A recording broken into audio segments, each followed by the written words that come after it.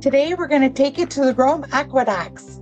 Aqueducts were built to bring water from outside sources into cities and towns. We had a really great tour guide, so I'm going to go ahead and let her take over and give you some great information on the Rome aqueducts. One place of the city from outside of the city to different parts of the city.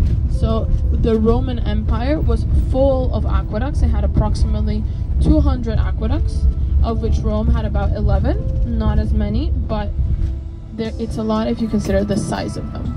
These were structures that ran along for miles and miles. I think you're gonna find really impressive now is the aqueducts. We're gonna stop at the Aqueduct Park. Also a little bit outside the city, so it's in this area. It's a stop that we like to do after the catacombs, because you can just see different types of architectures, different types of technology that they used 2,000 years ago, a long time ago, that are still in order to be able to do this. And consider that they went on for miles and miles and miles. The longest one is 60 miles almost. They studied the entire layout of the land and the type of material that they would use to make sure that it would last. The structures are still here today. If it weren't for invasions that took place, most of these would probably still be, maybe not in use, but complete.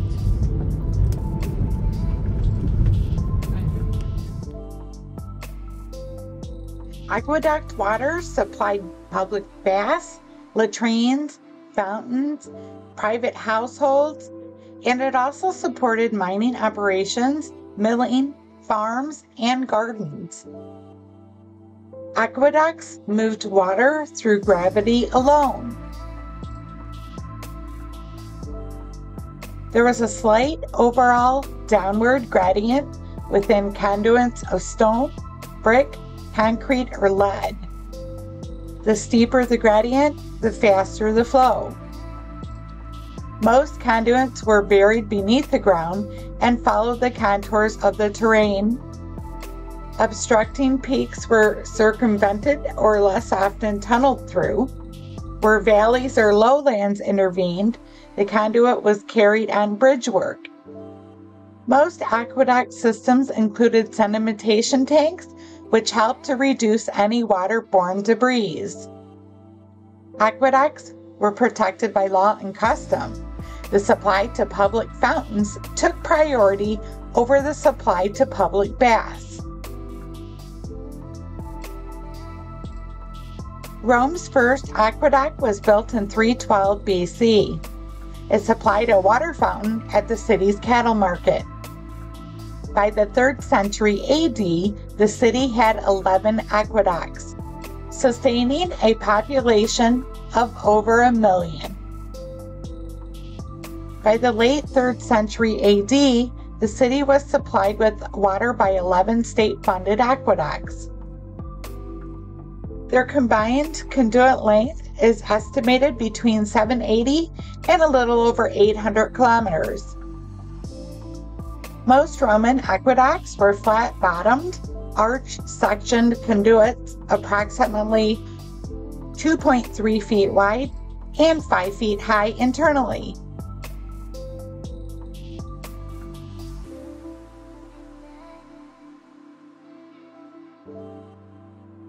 Most Roman aqueducts proved reliable and durable.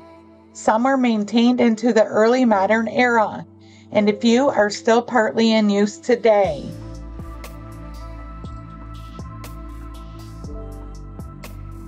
They built these tanks.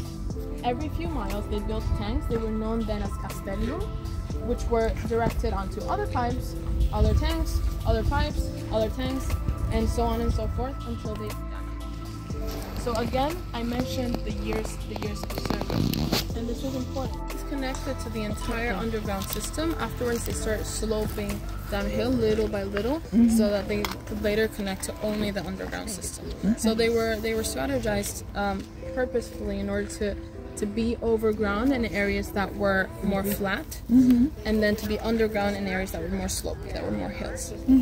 This was Aqua what? Aqua Claudia. This Aqua Claudia. rectangular hole was the aqueduct. Yeah. So the And entire that's where thing is the known as water aqueduct, came but this was through. the channel. That's the channel, and the stone on And the they top. also is had the it roof. underground. Yeah. That's the stuff on top of that as well. That was to also flow.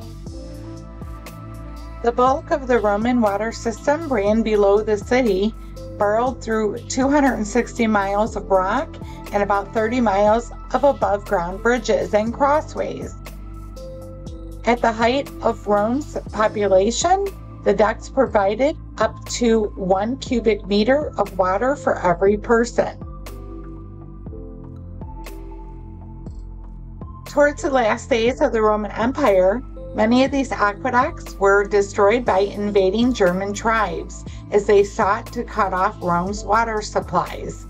The ducts were left in disrepair until the Renaissance, when many were restored.